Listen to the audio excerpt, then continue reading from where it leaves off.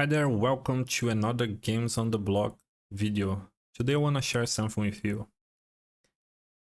I've onboarded multiple friends and family members from different backgrounds into Splinterlands, and no one, not a single person is still playing the game.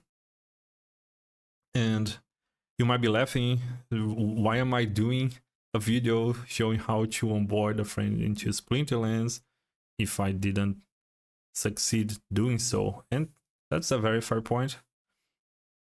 And the point of this video is exactly if after learning from my experience, learning from the mistakes, just talking with people, see how they play the game. And the game has evolved as well. We do have more tools now, so I think I have a decent framework that it would help. I'll try to use this when onboarding another friend, but I decided I might as well share with you as well. If you have another friend that you want to onboard into Splinterlands, stick around and let's get started. So let's sing some praises to Splinterlands. I think the game is really good. And it has the potential to be even better, right? But look at the size of this list, and to be honest, it could even be longer than that. Starting the games are short, right? Nobody wants to make a commitment of playing of 30 minutes of playing a single match, so Splinterlands is good on that. But so the game is simple, right? But the skill ceiling is quite high, so you have the whole skill progression, which is very enjoyable. And you don't necessarily need to play just this battle game. You can play the market, you can play land, whatever. Essentially, you can be a business by owning cards and renting them out, or producing items in land when that comes, and you name it, right? And that brings to the earning potential, right? So for good or for better or for worse, that's the main attractive that many people trying crypto games want to hear. Like, can you actually earn money by playing that? And with Splinterlands, yes, sure, you can. And that's right now with the game limping, right? And so if we get everything done properly and everything picks up, we have people playing the game all the time, I think the potential is even higher. And on top of that, again, not just the earnings, but the whole Web3 concept of like you owning your assets. So I think Splinterlands do a really good job of you having the feeling that it's your cards, it's your assets, it's your tokens, right? You can use them to better, you can delegate them, you can rent them out, you can do whatever, right? And yeah, okay, good sense of progression, the whole account, have a good community. You can join guilds, you can fight tournaments together, and on top of that, like on the technical level, the game, it's played on the browser, which is accessible to any device that you can imagine. So I almost ran out of hair. See, like, so many good things to talk about. This should be the easiest cell on the planet. So how on earth cannot get one person to stick?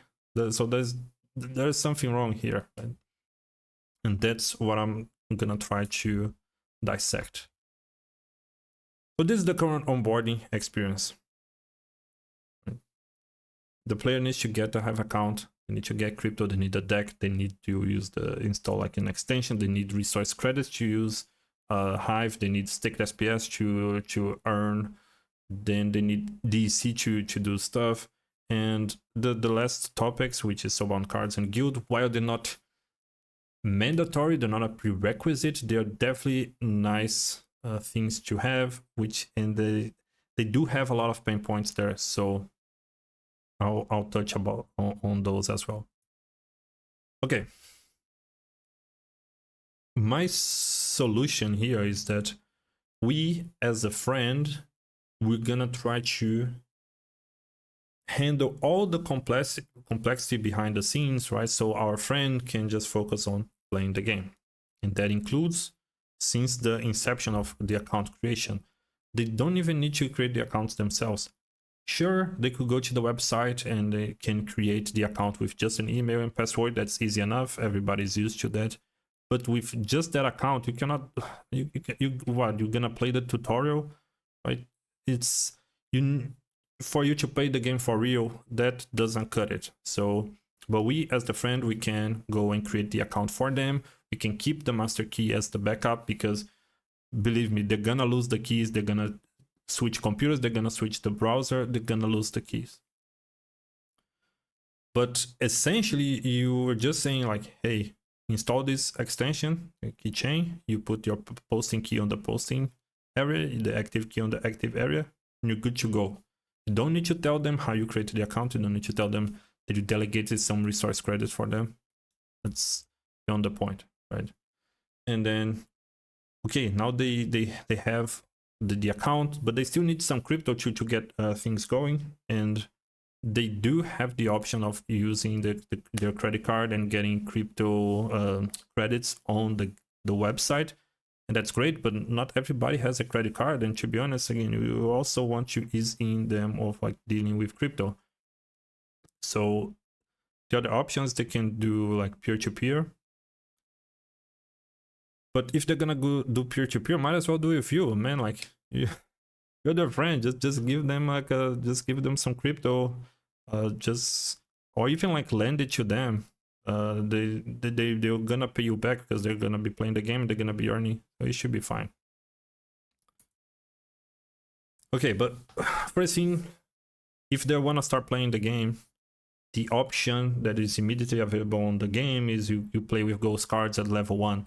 But they're gonna get absolutely obliterated if that's how they play the game. They're gonna get frustrated, they're gonna quit immediately. They need a real deck.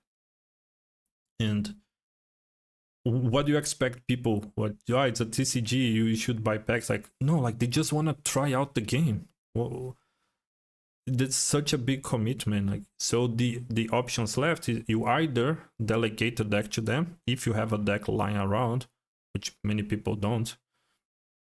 So that leaves with basically one option, which is to rent. And rent is great. I think it's very versatile. They can try new things. They can rent different decks every time. And now again, you can go to a website like Games on the Block.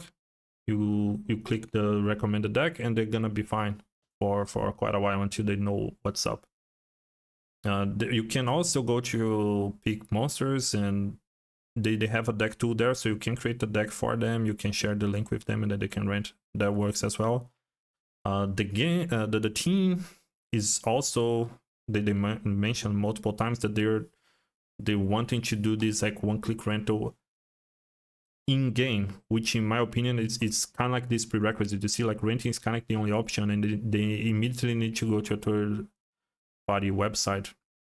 So I think it's gonna be really awesome when we have the in-game one-click rentals.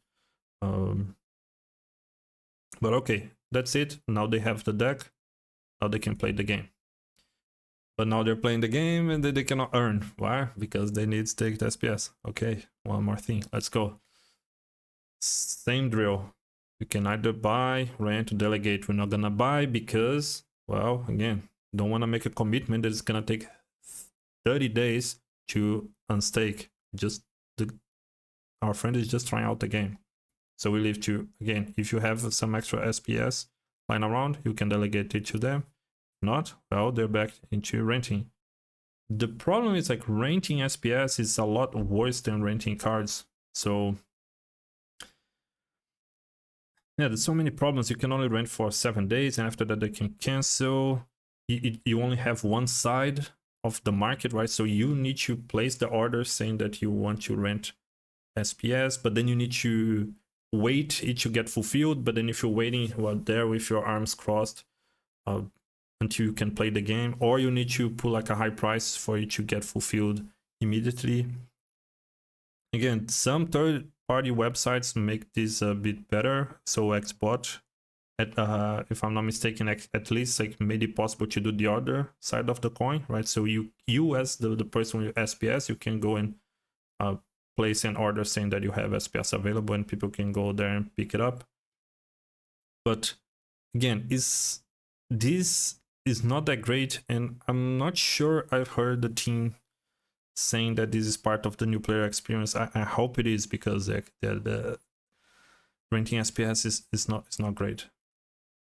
But anyway, let's assume they managed to rent SPS, and now okay, everything is good. They're playing, they're earning, but now their rent is over, and then they basically hit the wall, because now they don't have money to rent again, because the earnings that they got from playing are staked.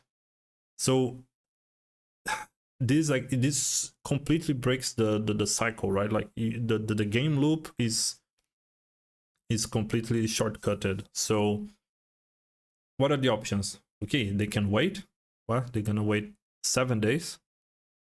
I think that's unreasonable to expect somebody to play, and if they want to continue trying out the game, they need to wait 7 days. So okay, we need to step in again, so we can lend it to them, like if they have a buffer, right? So they can use this buffer to be renting out, and then they're accumulating their rewards and then unstaking and then paying you back. That's one way to do it.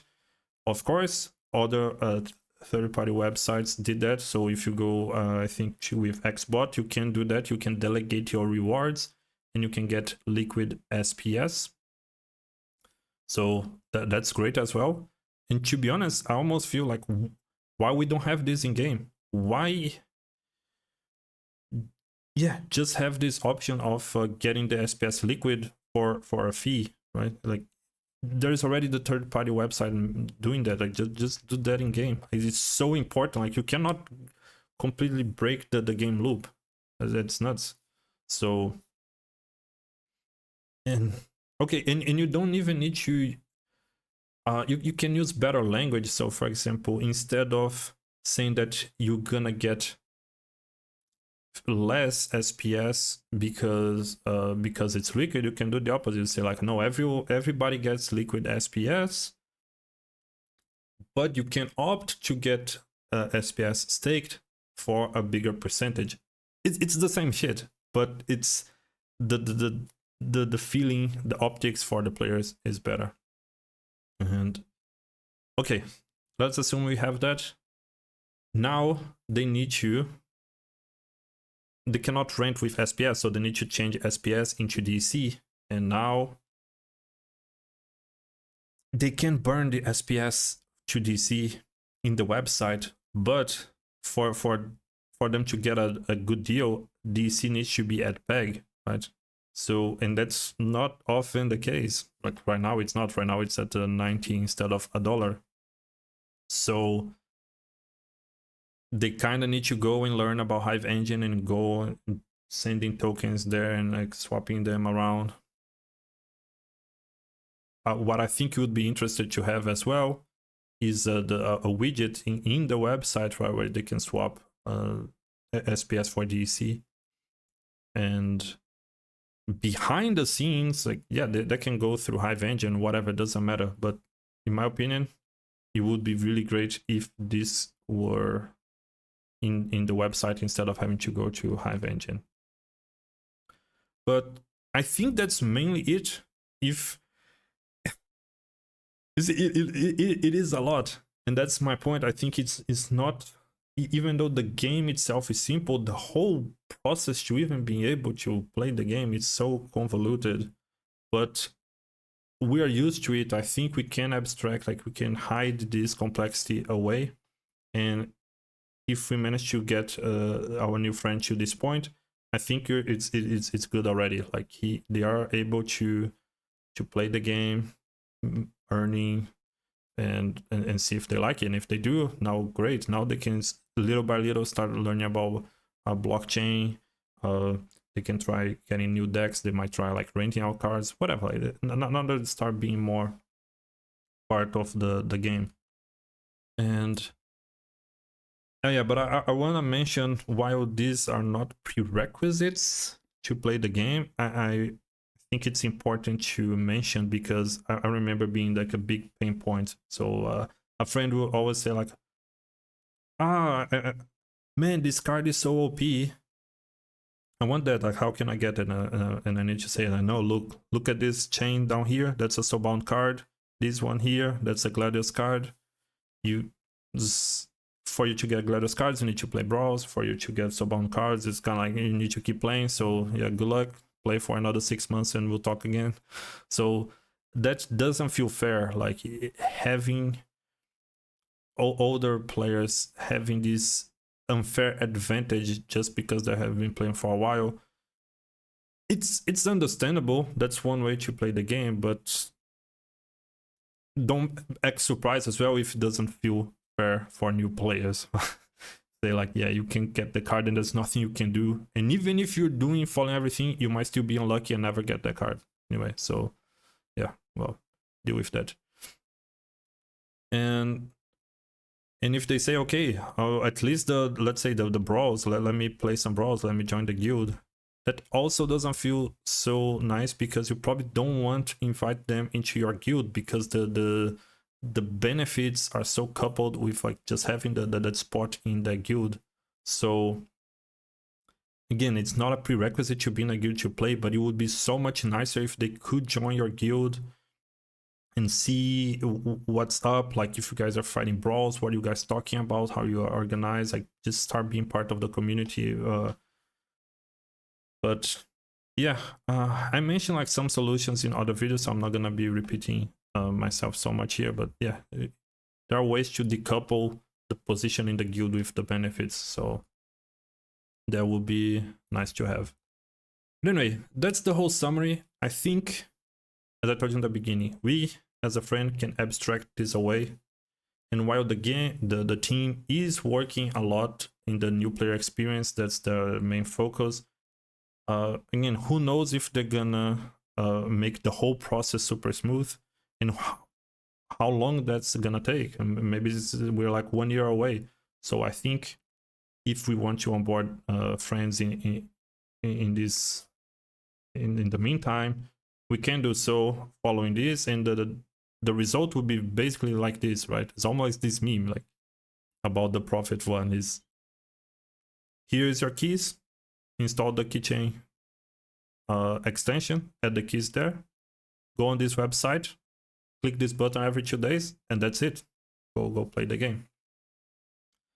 So anyway, that's my 2 cents. If you want to use this, feel free to help onboard more people. Let's spread the word about Splinterlands. And yes, thank you guys for watching, and I'll see you in the next one.